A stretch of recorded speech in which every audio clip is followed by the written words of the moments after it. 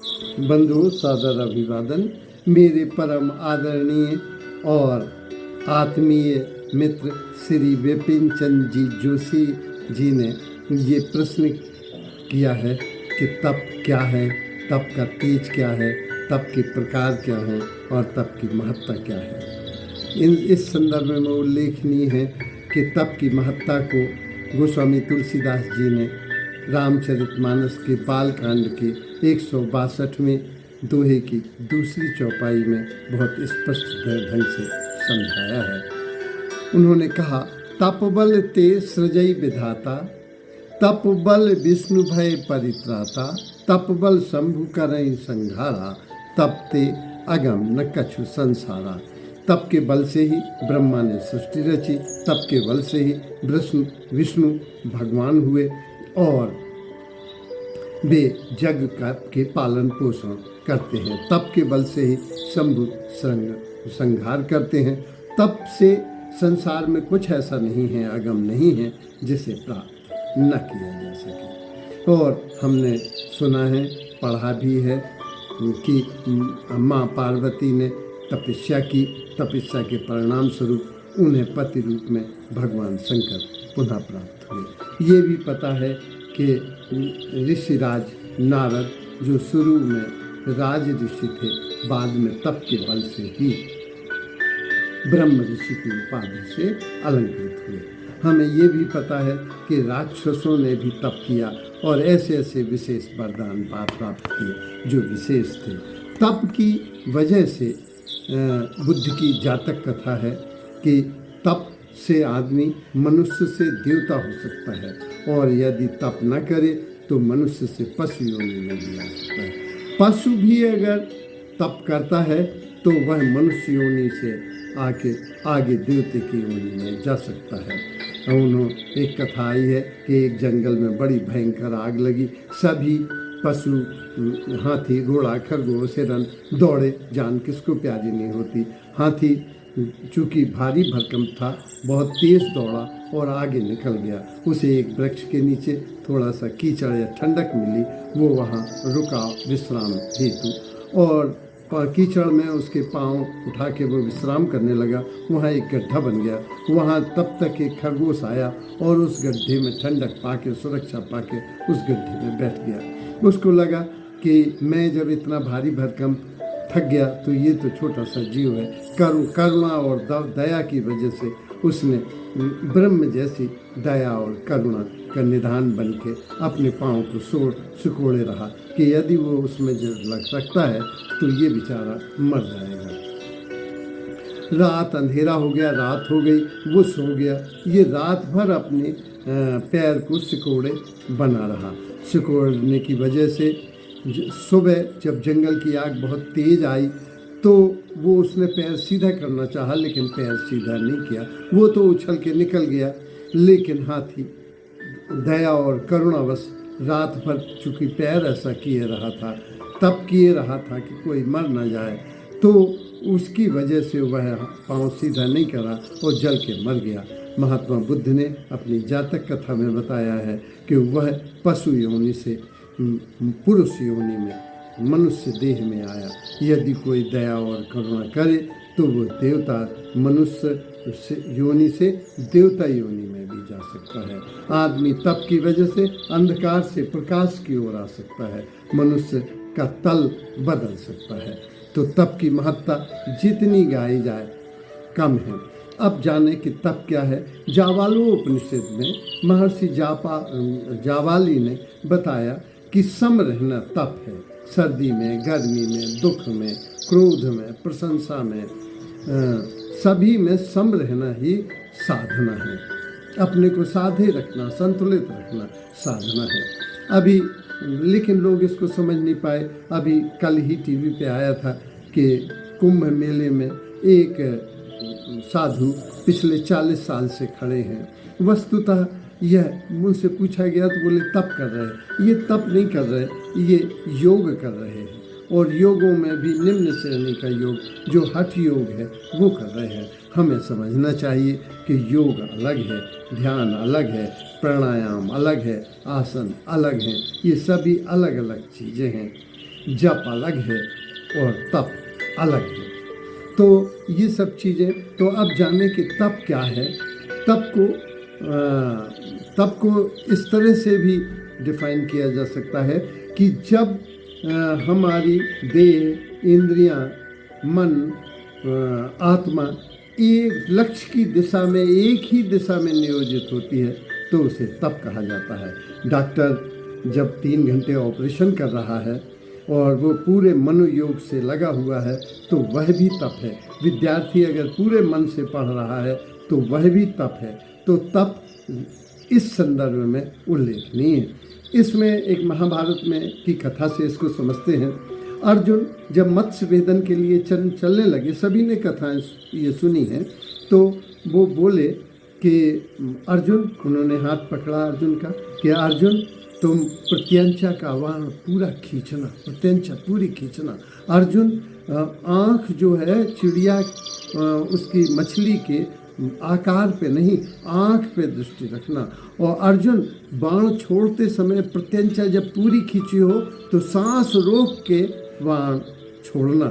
तो जब ये तीनों एक ही बिंदु पर आते हैं तो ये तप होता है। तो वो अर्जुन बोला कि गुरुवर आप क्या करोगे जब मुझे को सब करना है? बोले अर्जुन, मैं प्रतिज्ञा लेता हूँ कि जो पूर्ण मनोयोग से लगेंगे मैं उनकी मदद करता हूँ। है कर्म योग का अटल नियम, जैसा करता वैसा भरता।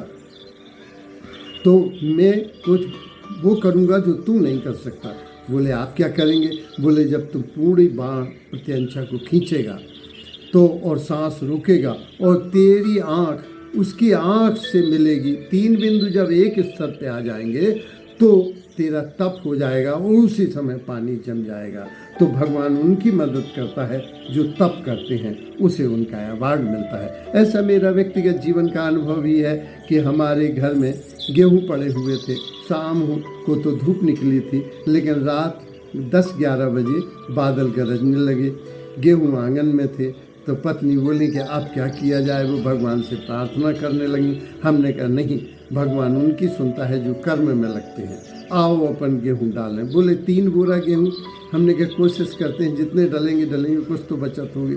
उन्होंने भरे, मैंने जल्दी से अपने टीन के नीचे डाले बरामदे में, और पूरे 3 बोरा गेहूं डल गए। और डलने के बाद मन प्रसन्न तन तेज विराजा, किस हमने 3 बोरे गेहूं डाल लिए। तो जो तभी पानी बरसा, माने उस समय तक पानी। तो भगवान उनकी मदद करता है जो अपने आप मदद करते हैं। कर्म योग का अटल नियम, जैसा करता वैसा भरता।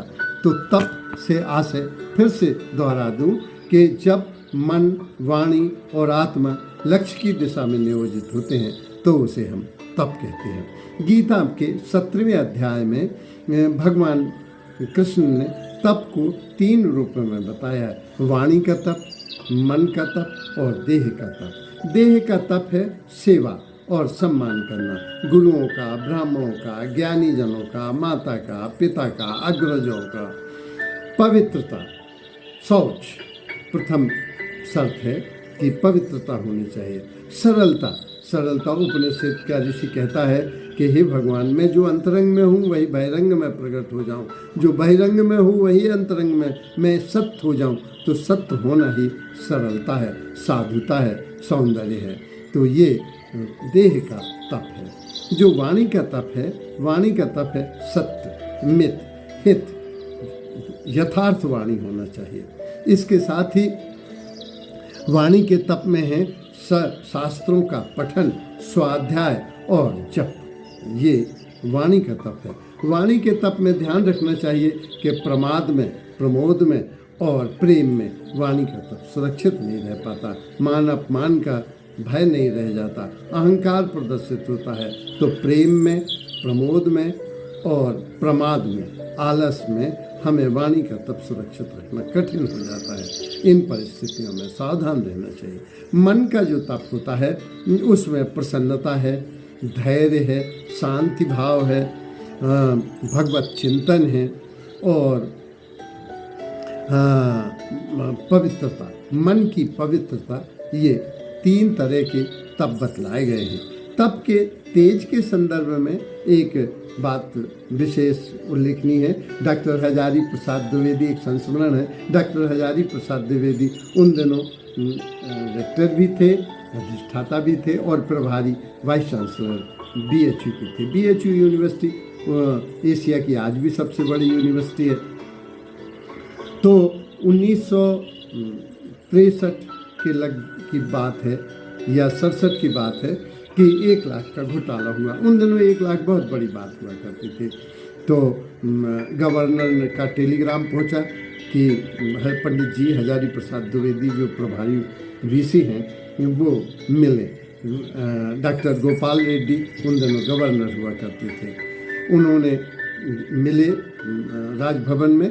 तो उन्होंने कहा कि आप 1 लाख का कह रहे हैं गबन, निस्संदेह पत्रकार कह भी रहे हैं, लेकिन अगर मेरा इसमें एक छिदाम माने 1 पैसे का भी अगर मेरा व्यक्तिगत कोई हित हुआ हो, मैंने लिया हो, तो इस्तीफा सहज स्वीकार है। आत्मा से बात कही गई थी। तप का तेज होता है, सत्य का तेज होता है। चूँकि बात दिल से निकली थी तो सीधे दिल तक उतर गई, क्योंकि आदमी की केवल वाणी ही नहीं बोलती, उसकी मुख मुद्रा, एक्शन, टोन, पिच सभी कुछ बोलता है। सामने वाला तो बोलता है, अपने भावों में उबलता है, लेकिन जो सुनता है वो पढ़ता है। तो गवर्नर साहब अनुभव के धनी थे, अध्ययन के धनी थे। डॉक्टर गोपाल दास जी, BD गोपाल दास रेड्डी, उन्होंने फ़ौरन रुके और उन्होंने कहा पंडित जी रुकिए, हम एक ज़रूरी काम आ गया है, 3 दिन बाद मिलिए, मैं आपसे मिलूँगा और आप यहीं गवर्नर हाउस में रुके रहिए, रेस्ट हाउस है। 3 दिन बाद पंडित जी पुनः मिले, लेकिन इस बीच गवर्नर साहब रेड्डी ने अकाउंट ऑफिसर जो BHU का था उसको पत्र लिखा कि तुम तत्काल हमको वाहक भेजा कि तत्काल 3 दिन में हिसाब प्रस्तुत करो, वरना तुमको हम बहुत सख्त सज़ा देंगे। तो अकाउंट ऑफिसर दिन रात लगा और वो खुद आया और उसने पूरा हिसाब दिया। इसके बाद वो पंडित जी से मिले गवर्नर। तो पंडित जी आए, जैसे ही आए गवर्नर ने उन्हें 1 कप चाय दी। बोले पंडित जी आपका 1 लाख का हिसाब पूरा हो गया है, आप जाइए, आप साहित्यकार हैं, शब्दों के शिल्पी हैं, आपको प्रणाम। तो तप का अपना तेज होता है। जाबालोपनिषद में भी उन्होंने तप के तेज को बताया कि सम रहना ही तप है। तप से बहुत कुछ चीज़ें प्राप्त की जा सकती हैं। तप की महत्ता बहुत अधिक है। विष्णु पुराण में जो सौभरी नाम के ऋषि थे, जब वे मानधाता के पास पहुँचे तो मानधाता उनके तप के तेज को देखकर सिंहासन उतर के खड़ा हो गया। इस तरह से तप का अपना तेज होता है। धन्यवाद।